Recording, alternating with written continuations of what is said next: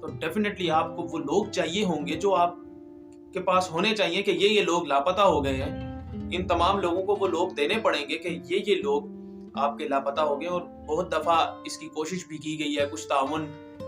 ان بلوچوں کی طرف سے نہ کیا گیا اور کچھ تعاون پاکستان کی ریاست جو ہے, اسٹیبلشمنٹ جو ہے, وہ ان کی طرف سے بھی کچھ غلطیاں ہوئی ہیں. لیکن زیادہ تر ہمیں یہی دیکھنے کو ملا, جب بھی پروسیڈنگ کا عمل آتا ہے اور عدالتوں کی طرف سے کچھ احکامات آتے ہیں, تو پھر یہ جو مظاہرین ہیں ان کی طرف سے تعاون اس طرح سے نہیں کیا جاتا جس طرح سے یہ دھرنے میں مطالبات کر رہے ہوتے ہیں. اب اس دوران جو تقریباً 3-4 پہلے کی جو خبر ہے اس حوالے سے, وہ یہ ہے کہ یہ جو مسنگ پرسن کی لسٹ ہے, اس میں کتنے لوگ BLA بلوچستان میں مختلف جو ہے غیر ریاستی تنظیمیں بھی آپ کو پتہ ہے گردش کر رہی ہیں, اس میں بلوچستان کے ہی لوگ ہیں. ڈیفینیٹلی وہ کوئی انڈیا سے اٹھ کے تو نہیں آئے یا پنجاب سے اٹھ کے تو نہیں گئے یا سندھ سے نہیں گئے, کیونکہ بلوچستان کے لوگ ہیں, پاکستانی ہیں وہ لوگ بھی.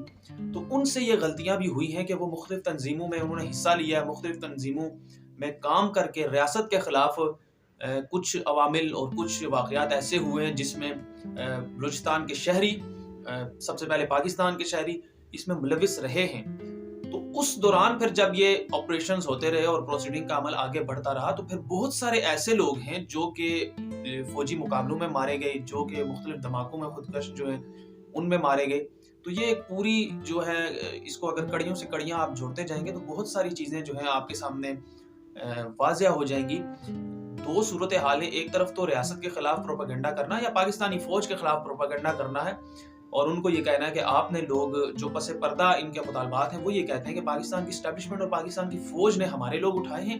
اور انہوں نے لاپتہ کر دیے, اور اصل حقیقت یہ نہیں ہے. آپ جتنا مرضی دیکھیں اختلاف رکھ لیں کسی بھی اسٹیبلشمنٹ سے, پاکستان کی فوج سے, حالیہ واقعات کی وجہ سے آپ سارا قصوروار انہی کو ٹھہرا دیں,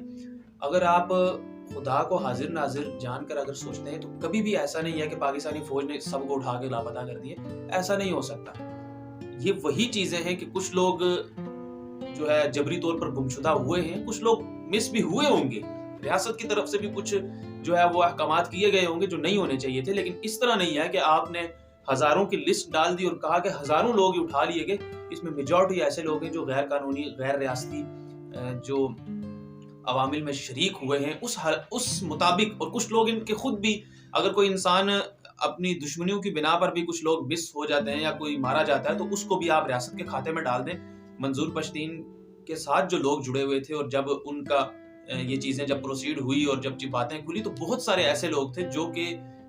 اپنے اندرونی معاملات میں اگر وہ فوت ہو چکے تھے تو وہ بھی ریاست کی خار میں اور فوج کی خار میں انہوں نے فوج پہ ڈال دیے کہ یہ لوگ بھی آپ نے ہی گمشدہ کیے, اور ہو یہ سکتا ہے کہ ان کی قبریں موجود ہوں اور پراپر ان پر جنازے ہوئے ہوں. لیکن بظاہراً جو چند لوگ ایسے ہیں جو کہ گم ہوئے ہیں ضرور, اور ریاست اس کی جواب دہ ہے, اور ریاست کا کام ہے کہ ان کے لیے انصاف کے لیے ہر فورم پہ جایا جائے, اور ان کے لیے اگر وہ کسی دوسری تنظیم نے بھی اغوا کیے ہیں, کیونکہ بلوچستان میں بہت ساری ایسی غیر ریاستی تنظیمیں ہیں, غیر قانونی تنظیمیں جو لوگ اٹھاتے ہیں اور لوگوں کو مارتے بھی ہیں, تو اس دوران بھی وہ ان کو ختم کرنا اور ان کے خلاف آپریشن کرنا اور بلوچستان کے شہری کا پتہ لگانا اور ان کی جو غیر موجودگی ہے اس کو انصاف دینا ان کے گھر والوں کو, یہ ریاست کا فرض ہے. یہ بالکل بھی اگر کوئی غیر ریاستی تنظیم بھی کسی انسان کو اغوا کرتی ہے تو وہ ریاست کا فرض ہوتا ہے کہ اس کو وہ بازیاب کروائے اور اس تنظیم کے خلاف, اس گروہ کے, اس انسان کے خلاف قانونی کارروائی ہو. تو ابھی جو بلوچستان کے شہری اسلام آباد میں ہیں اور جن کے مطالبات ہیں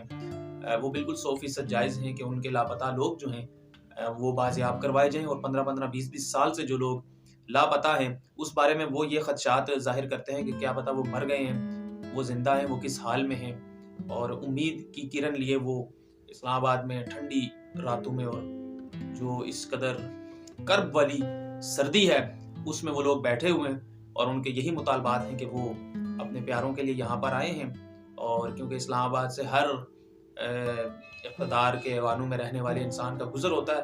تو ان کے کانوں تک یہ جو ہے وہ رینگے, اور ان کو یہ احساس ہو کہ یہ لوگ سردی میں اس لیے بیٹھے ہیں کہ یہ اپنے پیاروں کی جو گمشدگی ہے اور ان کو بازیاب کروانے کے لیے یہاں پر آئے ہیں, ایک امید کی کرن لیے. اپنا بہت سارا خیال رکھیے گا, مجھے اجازت دیجیے گا. اللہ حافظ.